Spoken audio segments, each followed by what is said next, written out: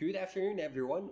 Welcome to our very first webinar about Seaweed Initiative. We are here today with our wonderful students, Sam and Oscar, and as well as our marine scientist, Mr. Carlos Rios Aranda, to talk about the experience that they have had during the Seaweed Initiative.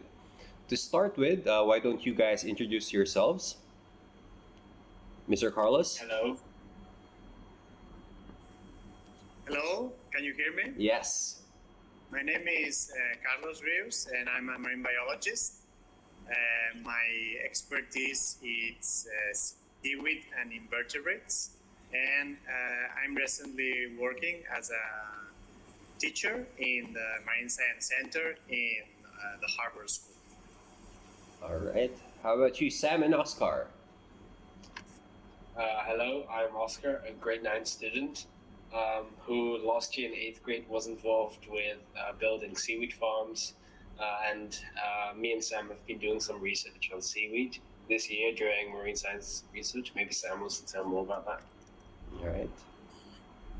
Yeah, I think we'll go back into that later. But hi, I'm Sam Chandler, grade 9 student at the Harbour School. I have worked very, very closely with the Marine Science Centre with their Seaweed Initiative in particular, and I hope to continue the project for the coming years. All right, wonderful. It's been quite some time since we started this initiative. We are, as discussed earlier by Mr. Handrich, myself, and Mr. Carlos about the Seaweed Initiative. Sam and Oscar are actually one of the students who have greatly participated in this project. So before we begin, Sam, Oscar, would you like to share how you have been involved in the seaweed farming project, especially your involvement in the Marine Science Center or the Foundry, or things that you have done? So last year, when me and Sam were in 8th grade, we did a project where we built seaweed farms in the Foundry to grow seaweed, sargassum and uva. So we had two different types of rafts, so every group got either assigned sargassum and uva, and based on that, we tried all different designs. For example, Sam did wood design, I did a PVC design, some did axis, some did triangles, that were all sorts of designs to see which one would work the best. Mine was actually quite successful with Jeremy and another Sam. So I've been heavily involved in that. But maybe Sam wants to talk more about what we've been doing this year. So adding on to what Oscar said, yes, we did do the seaweed farming project last year, and it was really quite an experience because we got to mix all three, as what the Harbour School calls it, the centres of excellence, mixing the Black Dolphin, which is the Harbour School sailboat, the Marine Science Centre and the Foundry, and we got to make seaweed farms. Mine wasn't as successful as others, but it was a real learning experience. This year, me and Oscar have done a research project onto ulva to see whether the nutrient concentration of the water affects the growth rate of the seaweed, and over the course of, I believe it was 2 terms approximately, we did this experiment and we are now writing up our final report. All right, amazing. How about you, Mr. Carlos? I mean, as one of the expert, of course, in the field of seaweed and starting this project in Hong Kong, how does it feel to do that? Well, first of all, I would like to say that it's been great having Sam and Oscar as students. They are very good students, very motivated, and they were always looking forward to learn more, and they've been doing great research as well, apart from the seaweed farming project. And for me, coming from Europe and having some background in seaweed and invertebrates, it's been a little bit challenging because I didn't know exactly which species were locally growing. We didn't want to introduce any invasive species in Hong Kong waters, which is one of the biggest problems nowadays in all the seas and oceans. And actually working together with the centers of excellence, the Foundry and Black Dolphin, the boat. It helped us to work together as a team, and even though it was very initial, when I arrived here in Hong Kong, everything ran pretty smooth, and we managed to run the project in the middle of the season, because seaweed is seasonally here in Hong Kong due to the temperature mostly and nutrient concentration. But we managed to involve like grade 7 and grade 8 on the construction, and this year we did it again, and we had some better results, because of course the approach was, after 1 year of learning, we managed to improve a little bit more. So all in all, it's been like a great project, very interesting, and I could see the students also very motivated in hands-on practices, which makes me feel like very happy. So yeah, all in all, 10 out of 10. Wow, that sounds like a very successful and fulfilling experience. Of course, we would like to thank the Environment and Conservation Fund for allowing us to be able to conduct this project. Seaweed in general in Hong Kong has not necessarily been talked about a lot, I would say. There has been a lot of seaweed areas that we were able to find, especially in the southern side, even in Sai Kung. But we would like to explore more in this, and we're very happy for this opportunity. Speaking about, you know, all the hearing all these stories, can you share us like any interesting or frustrating stories that you felt while you were participating in the activities?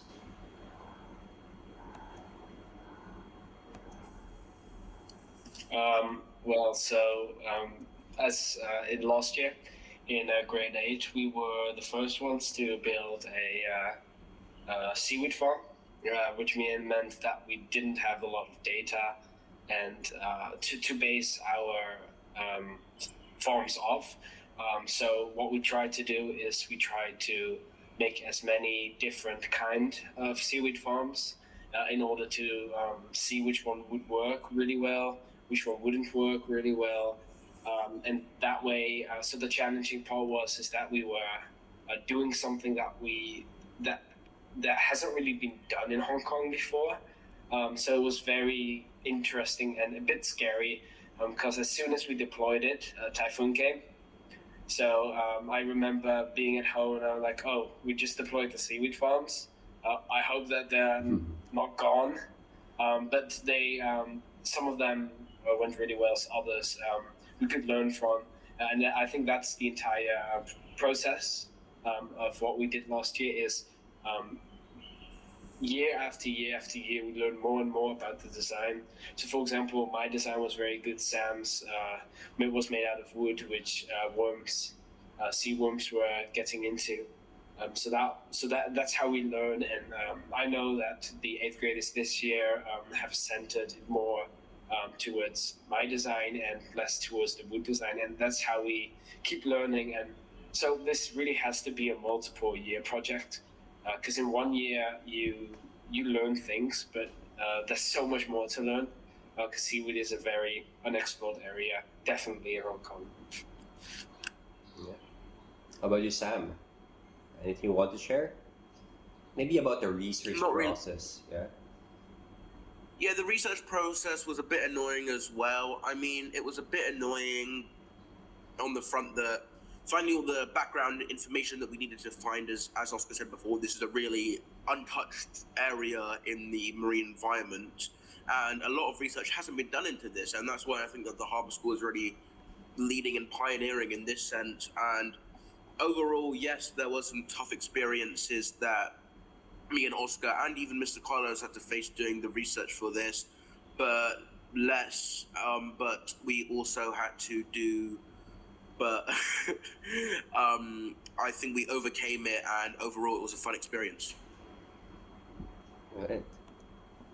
That's very interesting. So, Mr. Carlos, as an educator, were there particular challenges that you have encountered while implementing and doing the project with the team? Well, first of all, we need to identify which species were more suitable to farm. Exactly. There's no research done, or only a few, but not really in seaweed farming. So that was probably the most challenging aspect, since also seaweed is seasonal. When we start the year in August, there's no seaweed. You cannot find it anywhere. The water is very murky here, and it's full of phytoplankton, so you could barely see any old seaweed holdfast attached to the rock. So that would be probably the most challenging aspect. Then also choosing the right locations where to put our seaweed farms. That was also a challenge, because you want to have some protection, like coastal protection, because of the wave action. It could sink directly like the farm. Also, the different types of prototypes that the student built, some of them, they were more suitable for like protected coastline. Some were floating more, so they would be more suitable for exposed coast. So I would say that these two would be, and also how to improve the growth, how to seed, how to prime these ropes in a more efficient way. We tried the second year. We tried to do to prime ropes with ulva spores. It didn't work pretty well, actually. We tried in a seaweed in a fish farm in Saikung, and the results were barely visible. But that's how science works, by trying and observing the results. You either be successful or you learn. In this case, we learn and regardless of the result, we gather data, and of course, that's science. Thank you so much for sharing, Mr. Carlos. Going back to our kids, Sam and Oscar, what have you learned about seaweed in general? Also, its benefits to environmental protection, because I know during the roadshow when we were introducing the seaweed project, majority of the students would identify seaweed as food. Like, what are your thoughts and experience on this one? So yeah, exactly what you just said. In the beginning, you're just like seaweed, oh, food, but you don't realize the purpose that seaweed can actually have. It can be used in clothing, which is a very currently unsustainable business. But it can also, it's also actually very good for the ecosystem. It's sort of helps the water. It can be used to purify and clean it. And furthermore, I think a challenge with, at least in Hong Kong, is the temperature of the water. It can pretty quickly change, and some parts of the water here are very deep, which makes it very hard to actually put a seaweed farm there. Last year, I know at least that we were looking at so there were annual checks from Mr. Carlos and Mr. Hendrich on the Black Dolphin. I know. 1 month it was growing amazing, and the next month it was dead and gone. And the temperature is hard here. From that, we learned that we need to take it out early enough. Before the summer. So that's what we've done this year, and we actually harvested seaweed. And I think that's, again, a part of the learning process. You have to, it's trial and error. So we last year we were too late. This year we were on time, and now in the future we know when to take it out. So yeah, that's important. For me, I've learned a lot, especially through the marine science research project that we did about all the background research, what the environmental aspects of seaweed are, and how many industries it can replace. Because I know, as Mr. Hendrich and Oscar said, many kids at first thought it was just food, but through this class, I've learned that it can be used as even a construction material, clothes, bioplastics, much, much more than I think most people would have ever considered possible.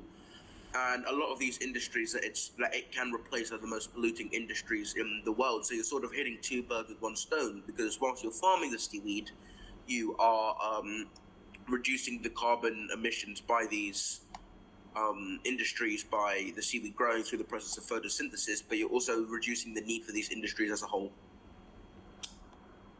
Thank you for sharing that. I mean, as mentioned earlier by Mr. Carlos when he was talking about the different benefits of seaweed, it's not just about food. There's so much more benefits to people and also the environment. What do you think about this whole experience? What's your favorite part during this experience? Does it the building, the doing the research, harvesting them, or designing the structure? Tell me more about this experience.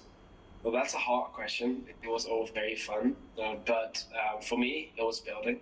I just in generally like building a lot, and coming up with a design without a lot of data. So you really need to imagine what it's going to be like, and it needs to be seaworthy. So building is very important, and so I really like the building, but the research, of course, is also fun, and the data collecting is also a big part of it. But my favorite part was probably building. Yeah, maybe we can expound more. Like when you were building, what were your considerations when you're thinking of the design? So my raft needed sargassum, which grows, which has these air pockets. So it grows from bottom up. So it normally would attach on a rock and grow up. So what would happen? We would have a floating platform, which would be the buoyant, then we would have an actual underwater part, which would have rocks in it, which would sink, and there would be lines there, and we would tie the sargassum onto it. But with OFA, it didn't need to go as deep, because OFA it grows everywhere, mostly down. Well, sargassum, you had to make sure it's a lot deeper, so it actually had 1 or 2 meters to actually grow up, while still making sure it is in the sunlight, because otherwise it wouldn't grow. So there were a lot of things to take into consideration. It had to stay buoyant, and a big part of it was anchoring it, making sure that it would stay connected. So Mr. Stanley would we would throw the anchor, and Mr. Stanley would actually dive down and secure the anchor to make sure it wouldn't move.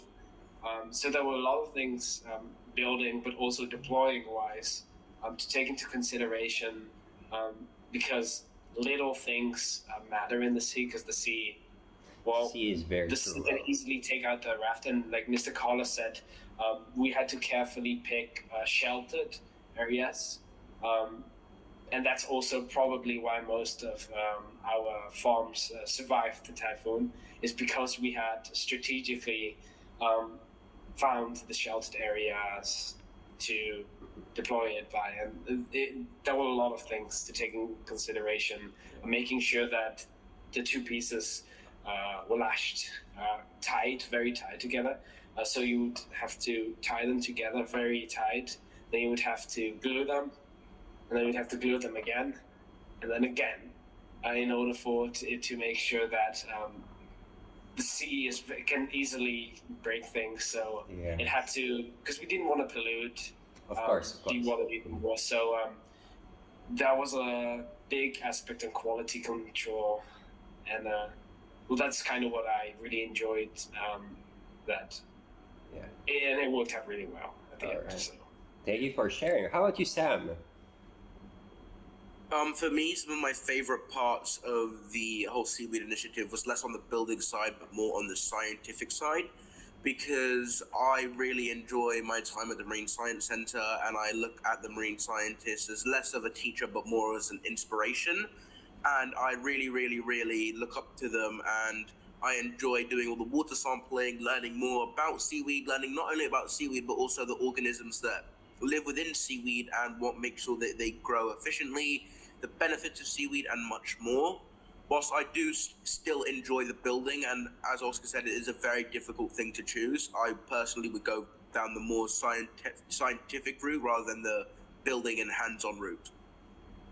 All right.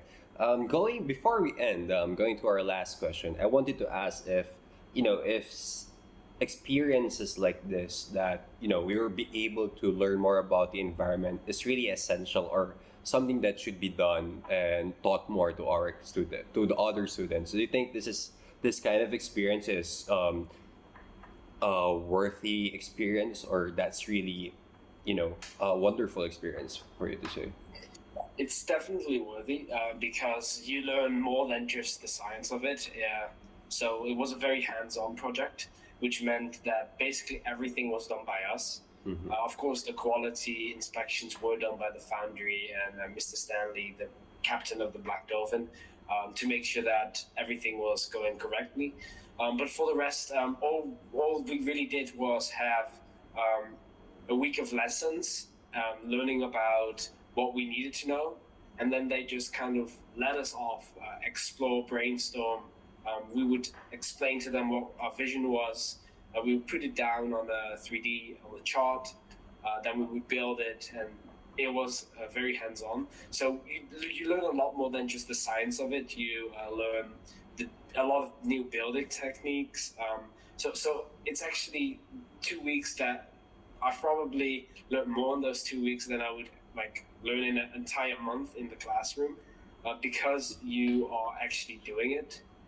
So which makes it, one, really fun, but it also makes that if you do something wrong, you'll be corrected and you will remember it easier, because it's easier when you're doing it rather than looking at a screen and imagining how that would work. That's true. So Yeah. All right, Mr. Carlos, anything else you would like to say about, seaweed farming, the ocean, or environment you want to say? Yeah, sure. As closing. Yeah, I would like to say that this project actually worked pretty well because first of all, seaweed is an organism that grows very fast, and that was actually a proof for the students to see their actions, basically. So you plant a tree in the ground, and it's gonna take years, right, to see the growth. But seaweed is a very primitive organism that grows literally by absorbing nutrients and absorbing carbon and sunlight, and creates tissue, like literally cell to cell. So this was also a very good lesson, I feel, for the students to be able to dive in the cellular wall that they didn't know before. So yeah, teaching very simple things, but very easy to see later in the previous months what their actions will have consequences, right? Yeah. So they could realize also the amount of invertebrates that they were growing on these seaweed farms, for example. So they could learn about zoology as well, for example. They could learn about oceanography by checking the water parameters. And as a whole, I think that it's one of the best projects I've done so far related to education. And I felt very flattered by all the nice words of my students. It's very inspiring for me as well. So yeah, I just I think that we just need to talk more about seaweed, why it's so important, why it's like a super organism that help the planet to create habitat for marine life, to sequestrate carbon, to filter like pollutants from the water, and it does by doing very fast. So that's something that also it's important. Amazing. Thank you so much for sharing your experience, Oscar, Sam, and of course, Mr. Carlos, for all these wonderful words. Um, First of all, we would also like to thank again the Environment Conservation Fund and, of course, the Harbour School for allowing us to conduct this project. Thank you so much, everyone, for attending this webinar. We hope you were able to learn a lot about seaweed, and we hope to see you again soon. Thank you. Thank you.